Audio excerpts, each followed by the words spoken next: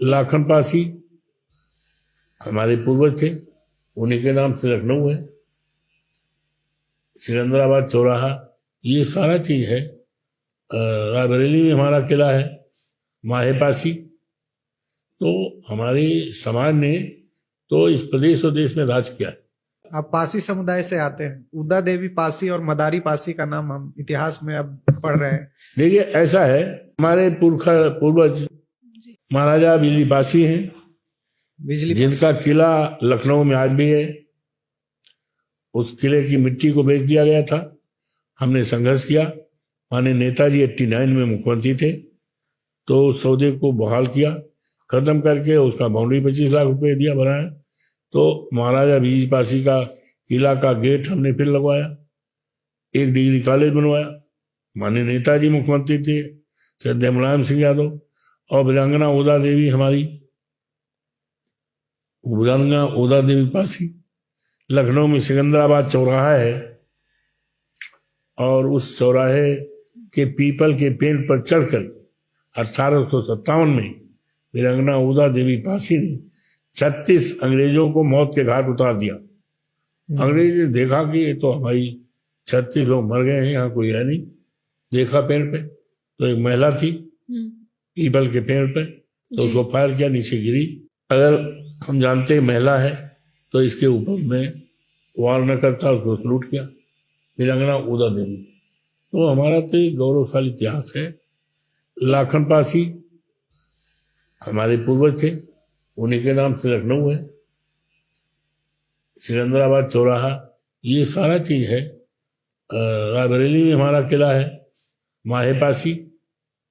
तो हमारे समाज ने तो इस प्रदेश और देश में राज किया है। राजा महाराजा रहे हैं। इस इतिहास को गायब क्यों कर देती है ये सरकार? अब चूंकि इतिहास लिखने वाले समाज के ऐसे लोग हैं जिनको इस बात का अच्छा नहीं लगा कि कोई शेड्यूल कास्ट का व्यक्ति ये जो देश की आजादी में लड़ाई में रहे, उसके नाम पर कॉलेज उठे, यूनिवर्सिटी बने और मेडिकल कॉलेज बने। मैंने तो सवाल उठाया था, आपने अमृत महोत्सव मनाया है, लेकिन जिन्होंने देश की आजादी के लिए 1857 में पिलो नहीं पिलो हम ले लेंगे।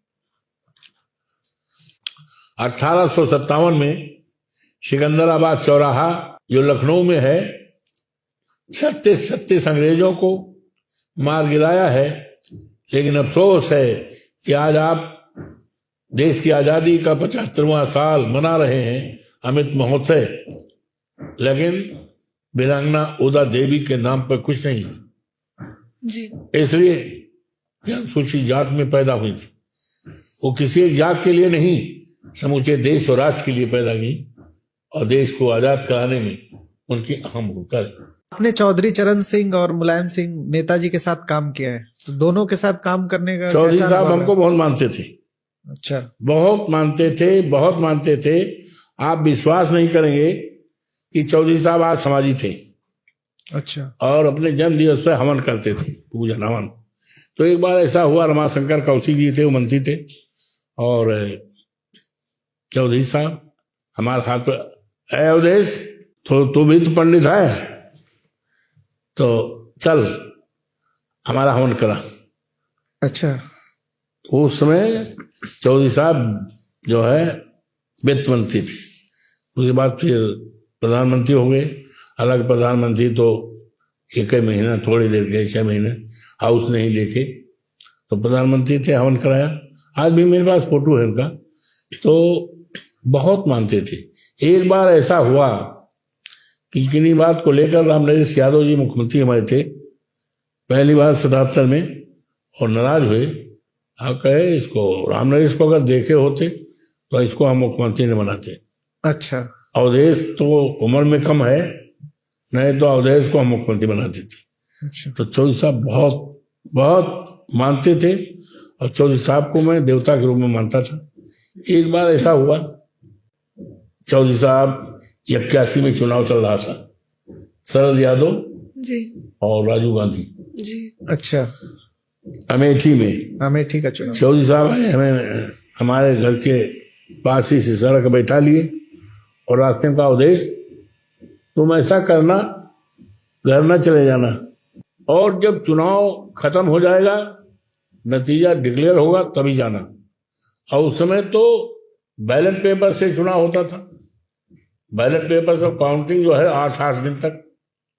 तो मैंने अपने को काउंटिंग एजेंट बनाया था अमेठी में, हाँ जी। सुल्तानपुर जिले में। उसी समय शाम को कल काउंटिंग होनी है। आज वहां का सिटी मजिस्ट्रेट आया, आपका क्या नाम है? हमने कहा उदेश प्रसाद। कहाँ? हमने कहा पता जगह आपके पिताजी का निधन हो गया। तो मैं बड़े धर्म संकट में हो गया जी कि चौधरी साहब हमें राजनीतिक पिता हैं, जी और जिस पिता ने मुझे पैदा किया उनका अंतकाल हो, डेथ हो गई। अब हम क्या करें? जी उनके पोते हैं तो मैं डिसाइड किया कि जो हमारे पिता थे जिन्होंने मुझे जन्म दिया वो तो चले गए, जी लेकिन राजनीतिक पिता का हुक्म है, हम उसको पालन करेंगे। जी। आज 12 दिन के बाद, पिताजी के मरने के 12 दिन के बाद हम गांव गए। उसमें मेरे पिताजी का दाह संस्कार और जो संस्कार होता है धार्मिक का और या वो सब संपन्न हुआ। तो मैं तो इस दिशा में बड़ा भागा मानता हूँ। इसी तरह से हमारी माँ, इस देश में आपातकाल लगा हुआ था जी हाँ जी और 75 में सारा देश कैद खाना हो गया था। देश के कांग्रेस के छोड़कर सारे बड़े बड़े नेता जेल चले गए। उस समय जेल पूरा कैद खाना हो गया था, ना अपील थी ना दलील थी। हम भी बंद हो गए। जी हमारी माँ देखने आई तो गेरा उस समय डिप्टी जेलर था, बड़ा बदमाश टाइप का था, तो डिप्टी जेलर था। हमारी माँ हमें देखने आई, सवेरे आ गई थी 9 बजे जेल पे। जी तो उसने बदतमीजी कहा, कहाँ चली आई? कोई भुजवा के दुकान आ गई, भुजावा आ गई हो, चलो। हमारी माँ ने डांटा उसको, जी कहा सुनो, मेरा बेटा चोर बदमाश नहीं है, जनता के लिए जेल में आवा है।